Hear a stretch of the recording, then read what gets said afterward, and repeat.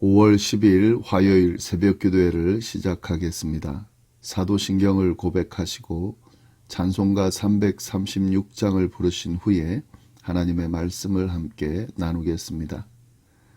하나님의 말씀은 고린도전서 4장 9절부터 21절까지의 말씀입니다.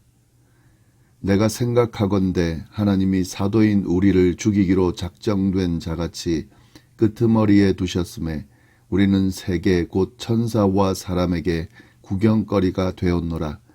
우리는 그리스도 때문에 어리석으나 너희는 그리스도 안에서 지혜롭고 우리는 약하나 너희는 강하고 너희는 존귀하나 우리는 비천하여 바로 이 시각까지 우리가 줄이고 목마르며 헐벗고 매맞으며 정처가 없고 또 수고하여 친히 손으로 일을 하며 모욕을 당한 즉 축복하고 박해를 받은 즉 참고 비방을 받은 즉 권면하니 우리가 지금까지 세상의 더러운 것과 만물의 찌꺼기같이 되었도다. 내가 너희를 부끄럽게 하려고 이것을 쓰는 것이 아니라 오직 너희를 내 사랑하는 자녀같이 권하려 하는 것이라. 그리스도 안에서 1만 스승이 있으되 아버지는 많지 아니하니 그리스도 예수 안에서 내가 복음으로써 너희를 낳았습니다. 그러므로 내가 너희에게 권하노니 너희는 나를 본받는 자가 되라. 이로 말미암아 내가 주 안에서 내 사랑하고 신실한 아들 디모데를 너희에게 보내었으니 그가 너희로 하여금 그리스도 예수 안에서 나의 행사 곧 내가 각 교회에서 가르치는 것을 생각나게 하리라. 어떤 이들은 내가 너희에게 나아가지 아니할 것 같이 스스로 교만하여 줬으나 주께서 허락하시면 내가 너희에게 속히 나아가서 교만한 자들의 말이 아니라 오직 그 능력을 알아보겠으니 하나님의 나라는 말에 있지 아니하고 오직 능력에 있음이라. 너희가 무엇을 원하느냐? 내가 매를 가지고 너희에게 나아가랴. 사랑과 온유한 마음으로 나아가랴. 아멘. 고린도 교회를 향한 사도 바울의 가르침이 계속되고 있는데요. 오늘 본문에서도 계속 그 가르침이 이어지고 있습니다.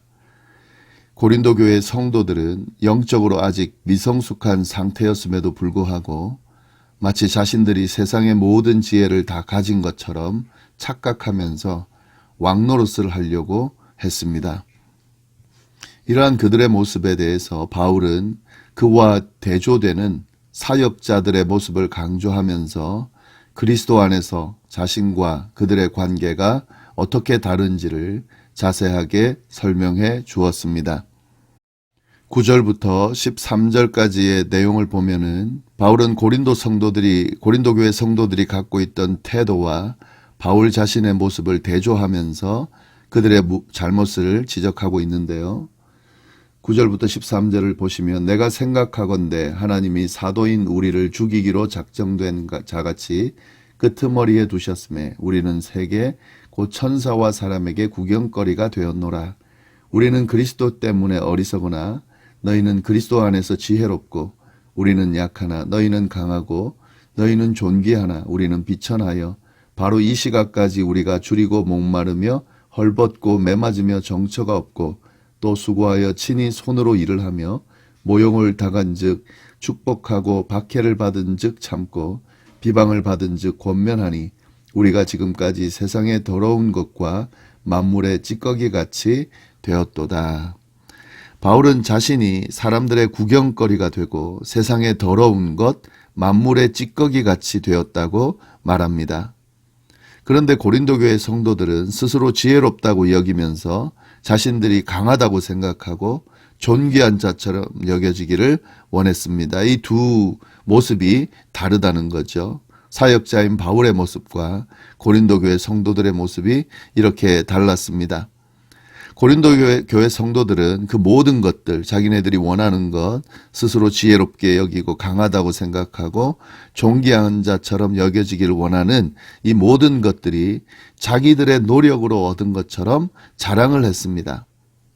그러나 사역자인 바울은 완전히 반대의 모습을 보였습니다. 복음을 위해서 굶주림과 박해에 시달렸고 모욕과 비방을 당하면서 주님을 섬겼습니다. 같이 주님을 섬기는 사람의 모습인데 이렇게 다르게 나타났다 하는 거죠.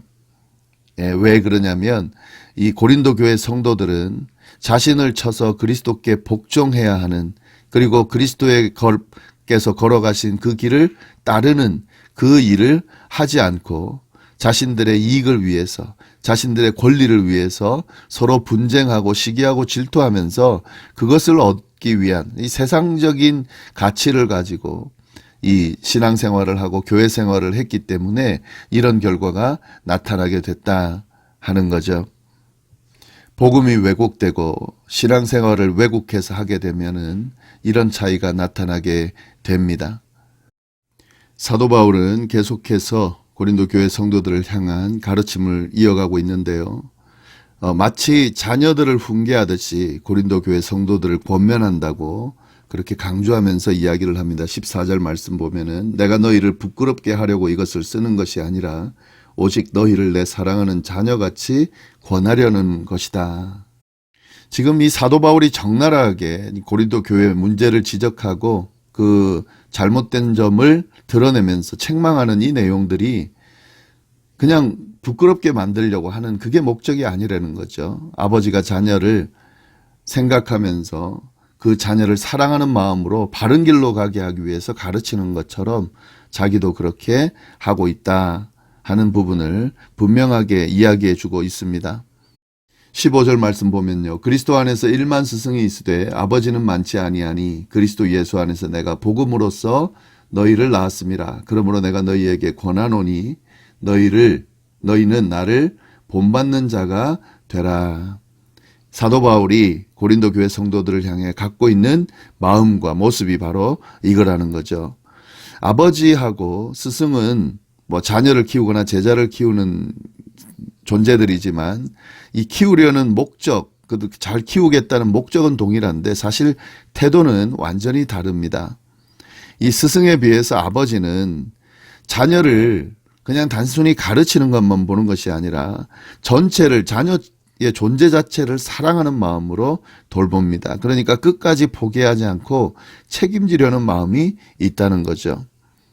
사도 바울은 고린도 교회 성도들을 아버지의 모습으로 자신이 복음 안에서 낳은 자녀를 바라보듯이 그렇게 바라보고 있다는 것을 지금 분명히 하고 있습니다.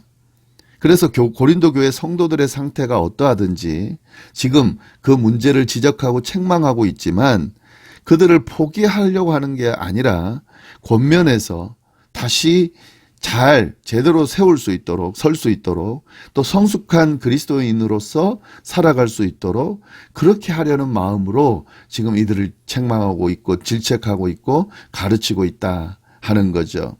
아버지의 마음인 거죠. 영적인 아버지의 마음인 거죠. 이런 마음으로 복음을 전했고 또 이런 마음으로 그들을 양육했다라고 하는 사실을 지금 바울이 계속해서 강조하면서 지금 책망하는 이 내용을 무조건 비난하려고 하는 것이 아니라고 하는 사실, 그 마음을 전달해서 그들이 이 말을 꼭 들을 수 있도록 그렇게 설명하고 있습니다. 그러면서 이 자신을 고린도 교회 성도들이 본받는 자가 되었으면 좋겠다라고 지금 이야기하는 거죠. 이 어린아이가 부모를 닮아가듯이, 닮아가면서 배우듯이 믿음의 스승 또 믿음의 아비인 자신을 보고 닮아갈 수 있도록 그렇게 했으면 좋겠다. 지금 두 모습이 완전히 다르잖아요. 다르면 안 되잖아요. 둘 중에 하나가 옳다는 건데 지금 고린도 교회 모습, 드러내는 모습은 세상적 기준을 가지고 바울이 가르쳤던 그런 복음을 따르는 성도의 모습이 아니라는 거죠. 그러니까 자신의 모습, 지금 바울은 복음 안에서 제대로 걸어가고 있는 삶을 살아가기 때문에 이들이 자신의 모습을 본받고 따르기를 원한다라고 그 부분을 지적하면서, 잘못을 지적하면서 이런 권유를 하고 있다 하는 겁니다. 17절 말씀, 이로 말미암아 내가 주 안에서 내 사랑하고 신실한 아들 디모데를 너희에게 보내었으니 그가 너희로 하여금 그리스도 안에서 나의 행사 곧 내가 각처 각 교회에서 가르치는 것을 생각나게 하리라. 예, 이렇게 나를 본받았으면 좋겠다, 본받아라라고 말하면서 이 디모데, 아들 같은 디모데, 자기의 지금 사역과 자기의 가르침 이런 모든 것들을 다 전할 수 있는 신실한 제자인 디모데를 보내겠다는 거죠. 그래서 그 디모데를 통해서 이 자신의 가르침을 생각나게끔 다시금 자신을 본받을 수 있게끔 자기의 잘못된 것들을 고치고 스승인 또 아비인 사도 바울의 모습을 따를 수 있도록 배려하겠다라고 하는 바울의 배려가 또 나옵니다. 네, 그러면서 이제 마지막으로 지금 이 영적인 지도자에게 또 그 영적인 아비에게서 양육받을 때 반드시 버려야 할 것이 무엇인지를 알려주는데요. 18절 어떤 이들은 내가 너희에게 나아가지 아니할 것 같이 스스로 교만하여졌으나 주께서 허락하시면 내가 너희에게 속히 나아가서 교만한 자들의 말이 아니라 오직 그 능력을 알아보겠으니 하나님의 나라는 말에 있지 않고 오직 능력에 있음이라. 너희가 무엇을 원하느냐? 내가 매를 가지고 너희에게 나아가랴. 사랑과 온유한 마음으로 나아가랴. 바울은 고린도 교회 성도들에게 있는 교만을 지적하고 있습니다. 이게 지금 고린도 교회 성도들에게 있어서 아주 지금 잘못된 모습이고 굉장히 큰 문제를 일으키는 원인이 되는 건데요. 그게 바로 교만입니다. 마치 자신이 이미 성숙한 것처럼 착각한 자들이 많이 있다는 거죠. 사실은 그러나 부족한 자들이거든요. 아직까지 부족함이 많거든요. 배워야 될 게 많고 훈련받아야 될 게 많고 고쳐야 될 것들이 많은데 마치 자기가 성숙한 것처럼 그렇게 행동하고 있다는 거죠. 이 교만한 자들의 특징은요, 마치 자신이 이미 다 이루어진 것처럼 여깁니다. 그래서 다른 사람의 이야기를 그리고 어떤 가르침들을 들으려고 하지 않아요. 심지어는 하나님의 가르침도 들으려고 하지 않습니다. 이 교회 안에 이런 교만한 자들이 참 많습니다. 특히 신앙생활을 오래 하거나 어떤 직분을 맡게 되면 이런 모습을 보이는 사람들이 많습니다. 근데 사실은 그렇지 않거든요. 이 하나님의 말씀이라고 하는 것, 또 신앙의 가르침이라고 하는 것, 이것은 정말 깨닫고 깨달아도 부족함이 많은 그런 부분이거든요. 그런 것이거든요. 근데 내가 신앙생활을 오래 했다고, 교회 오래 다녔다고, 직분자라고, 목회자라고, 장로라고, 권사라고, 집사라고 마치 다 아는 것처럼 교만해서 배우려 하지 않고 들으려 하지 않고 자기를 돌아보려고 하지 않고 도리어 다른 사람을 자꾸 지적하고 가르치는 이런 모습을 보인다. 이거 하나님께서 원하는 모습이 아닐 뿐만 아니라 하나님께서 원하시는 모습과 반대로 가는 그런 모습을 보인다는 거죠. 그런 모습을 가지고 있다는 거죠. 이런 사람들 때문에 문제가 되는 경우가 많습니다. 이런 사람들 때문에 교회에 문제가 생기고 분쟁이 생기는 경우가 많다는 거죠. 지금 고린도 교회 성도들은 이런 모습을 보이고 있다 하는 거죠. 사도 바울은 이런 자들에게 이야기를 하는 거죠. 하나님의 나라는 말에 있지 않고 오직 능력에 있다. 그 무슨 말이냐면 삶에서 영적인 능력이 나타나는지를 보고 그것으로 영적 성숙도를 판단해야 된다는 거죠. 겉으로 교만해서 마치 대단한 것처럼 말한다고 해서 되어지는 것이 아니라 그 행동 또 삶으로 드러나는 모습을 보면은 이 사람이 진짜 영적으로 성숙했는지 교만한 모습을 보일 그런 자격이 있는지 없는지가 나타나게 된다 하는 거죠. 그래서 사도 바울이 고린도 교회에 가게 되면은 이거를 판단하겠다는 거예요. 그래서 각자 자기 견해와 생각을 주장하면서 서로 분쟁하고 갈등하고 이럴 때가 아니라 하나님 앞에서 늘 겸손한 모습으로 하나님의 능력이 삶에서 나타나는가 안 나타나는 것을 점검하면서 성숙한 신앙인이 될 수 있도록 살아가야 된다 하는 가르침을 지금 하고 있습니다. 이것이 바로 우리의 모습이어야 되죠. 우리 마치 뭔가 된 것처럼 생각하고 다른 사람을 가르치려고 하거나 다른 정말 성경의 말씀 가르침을 듣지 않으려고 하는 이런 자세보다는 늘 자신의 모습을 돌아보고 뭐가 잘못됐는지 뭐가 부족한지 돌아보면서 내 삶 속에서 이 그리스도 안에서 변화된 모습이 드러날 수 있도록 늘 나타날 수 있도록 점검하면서 성숙한 신앙인의 삶을 살아가도록 하는 그런 삶을 우리도 마찬가지입니다. 고린도 교회 성도들뿐만 아니라 우리도 그렇게 살아갈 수 있어야 함을 오늘 말씀을 통해서 깨달을 수 있습니다. 오늘 말씀 다시 한번 잘 묵상하면서 나의 모습을 돌아보고 무엇이 잘못되었는지, 무엇을 추구해야 되는지 다시 생각하는 귀한 시간이 되기를 바랍니다. 기도하겠습니다. 하나님 감사합니다. 귀한 말씀으로 오늘 하루를 시작합니다.